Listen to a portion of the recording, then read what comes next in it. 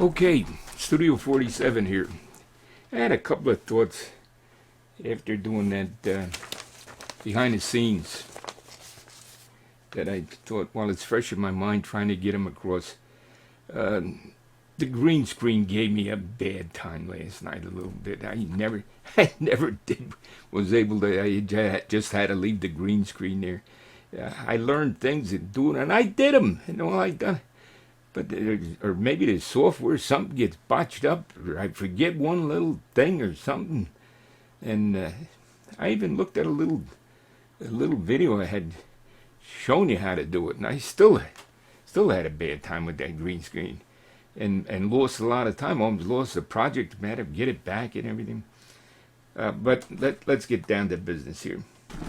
That's like the 20th Century Fox.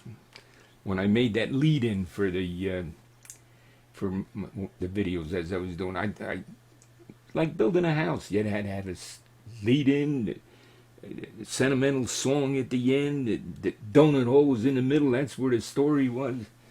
And if you didn't see the video of the 20th Century Fox thing, you wouldn't understand. You have to almost like watch them in order. I tried to place them a little bit in order and everything, and all that's a comical video, and then that's why I use it. But you didn't see it. You don't. What's he doing with the 20? It's a funny video. Go back and watch that. No, I don't know if I was out ahead a little bit of I'm sitting here with nothing better to do, I guess, and is what it was. And tapes when we went to DVDs. What are you doing? I don't have a DVD player. We should have stuck with tapes. The Portland Buck Club should have stayed with tapes. By the way, with the DVD, they're out the window too. This social networks. There's no need. Just maybe to save something for availability, not. And then you could lose it or something on even on YouTube. You can't trust YouTube worth a darn. They're all, it's a search engine that finds it. I've got 220 videos on YouTube, and YouTube finds when you put Skip B32, it finds 600 of them, and that ain't me. And all, that's all mixed up. Now, Smug Mug is a lot better. It's Smug Mug, I got control. They're in there and everything, but then they're struggling. They don't put the pictures on the top of the things and all. It's a learning curve. It's a learning curve. You know what a learning curve is? And I really agree. We should have stuck with tapes. That's what we should have done. And I'm telling you, the DVDs are out the window too. When I said to Joe, was it a good life? His answer to me, yes, I'd do it all over again. When I was talking to, my words 30 years ago, why I did it. And I think, here's the thing. I think for all the progress that man has made, he still yearns to return to the simple things. Joe on a tape, 85. He walked nicely to that truck. He was in good shape. Joe was in good shape. I'm not in that. Spending so much time here on the computer, and thought I'd do. Oh, Jim. When I asked about Joe, why, he never got married. And Jim, in that little conversation, Jim Butler made a comment that, that's a long story. That, now looking back, I never said anything to Jim. I asked him. I don't know if he would have told me, if there was somebody broke up with Joe, or I wonder what Jim and whether Jim would have told me or not. I don't know. Jim was a good man. He was there in the right time in my life. He was a good influence. I still drinking a little bit and everything. Jim drank. They drank with Jim, but still Jim was a good man and a good character, a man of character and everything. And Jim was good for me at that time of my life. I made stacks of videos. Look at this here. Look. Just look. Wait. I take care of everybody. I don't know what's here. What's in this? Extras. Behind the scenes and the shortened ones and everything. I went back there. I'll go back there for a moment right now. I've got stored there. This big one, I took it out of there and it was holding that shelf up. Oh my God. 100 of them in there and I got to struggle and get it back before the shelf collapsed on me. Here was the point. There was some cheaper ones and there was some that I paid quite a bit for. Well, the cheaper ones, ran out. And the reason these others cost so much is I was able to put a picture on it on the outside. Halfway through with my life of doing these things and everything, I start putting nice pictures on the cover and everything, giving them to everybody, and it's another thing. I never made a dime, nothing, never took it. No, I'm sorry.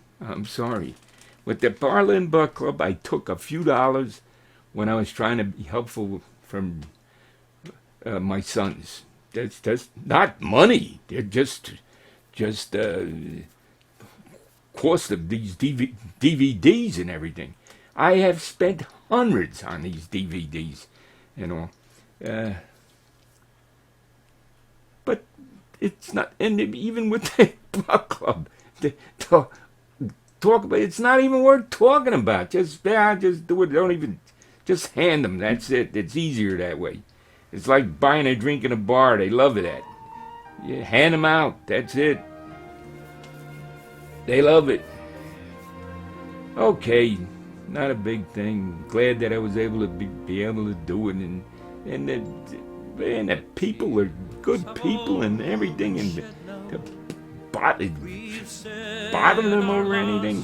Here's the thing of the week here, or what, or the pictures and everything, the frames and it ain't worth talking about. Just do the damn thing and that's it.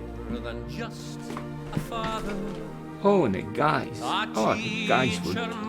they were good to me. Oh, in the woods and everything. Oh, how many guys would turn around and help me carry the tree stand. And only these last few years hobbling out. And if I did kill something, they were all happy for me. Everything. The guys were wonderful people. The guys, I really enjoyed it. Maybe I should make maybe this DVD or something, and not to be distributed until after I'm gone. Not that. And then, the guys might realize what the old man, a little bit that the old, but at the same time, I can't drive. I don't drive. We had a rules to do the dishes and everything, we were doing it. The old timers were doing it. I can't hardly stand on my feet. I couldn't do that. I don't do it here. I don't do it at home and all. So this was my end. This was the thing that I could do. That's like the farm. I still cut the grass for hours and hours and hours, and well, that's something I can do. And this is at the computer. This is something I can do. I can't drive in the woods, and I can't. I couldn't do the dishes. I couldn't stand there even. Oh, my poor wife. Oh, if something happens to her. and, for her to go first or something. I always say, oh my God, hide the ropes. Hide the ropes. This coming from the guy that was an outlaw. They didn't even want me in a club. They're old timers. Some of those few people there, and probably rightfully so. I don't even blame them. I thought he'd live forever. And my cousin Ronnie always tried with me. Ronnie Sr. tried to get me in, and we laughed at that time when he says, "Who got you in a club?" You did. But it took you 30 years. And we laughed about it that night. That was a funny night. And suddenly when it happened, his passing really hurt. And then we had that problem in it. And second chance. And even that, I wouldn't change my stand. The way my thinking. I never will forget him, for he made keeping somebody from hunting, a woman from hunting, I ain't glad anybody wants to hunt. Let them hunt, But there was things. There was things. I know that. But Ronnie Senior was a good man, nice man. If he hadn't passed, as Hurricane Sandy would have made him pass. So be it. May his soul rest in peace.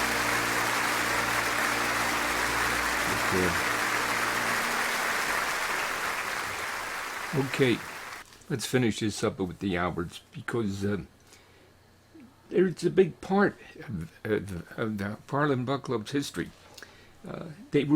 We were all from Sayreville. The Alberts and that crew that hunted was from Sayreville. The Parlin Buck Club was from Sayreville. Joe said he came down here in 1932. Our club, 1933, same time frame.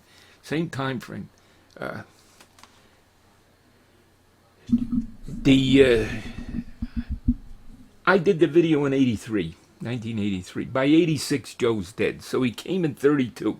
That's 42, 52, 62, 72, 82, 86. About 55 years. How in the heck does a man support himself for 55 years? I've said the Alberts were affluent. They had a little money. Joe chose that way of life.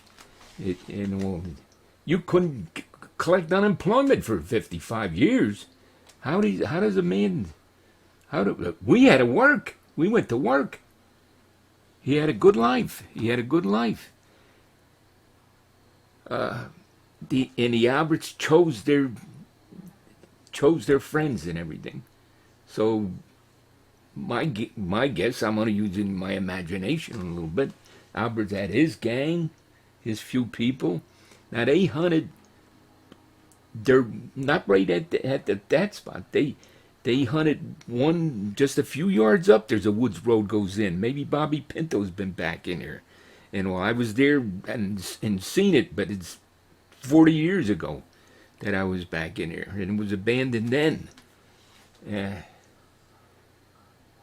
Our guys, when Ace Zaleski, that's on the film with me, Jim Butler, Ace Zaleski, as you're going up the steps, the originators, that picture that I made, and they called the originators.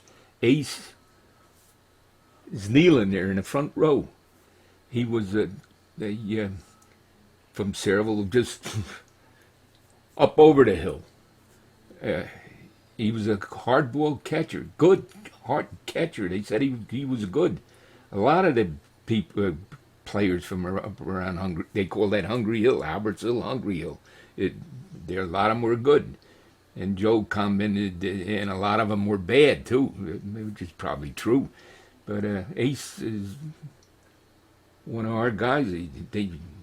If you weren't, they weren't accepted. But the Alberts hung their deer on Alberts Hill there, the garage. One of them had an auto repair shop. They hung them right in front of the Alberts house. The flag and everything. The deer would be hanging there. We can remember our deer. Eventually, I don't remember early in the 30s. But very quickly I remember. And then they were hunting in Parlin at Ronnie's house on Washington, President Park. Okay, that brings you up to date now. Maybe somebody like Richie Petrie might know more and correct me and tell me I'm full of it a little bit, but I try to convey before, and I would think I'm reasonably accurate. Okay.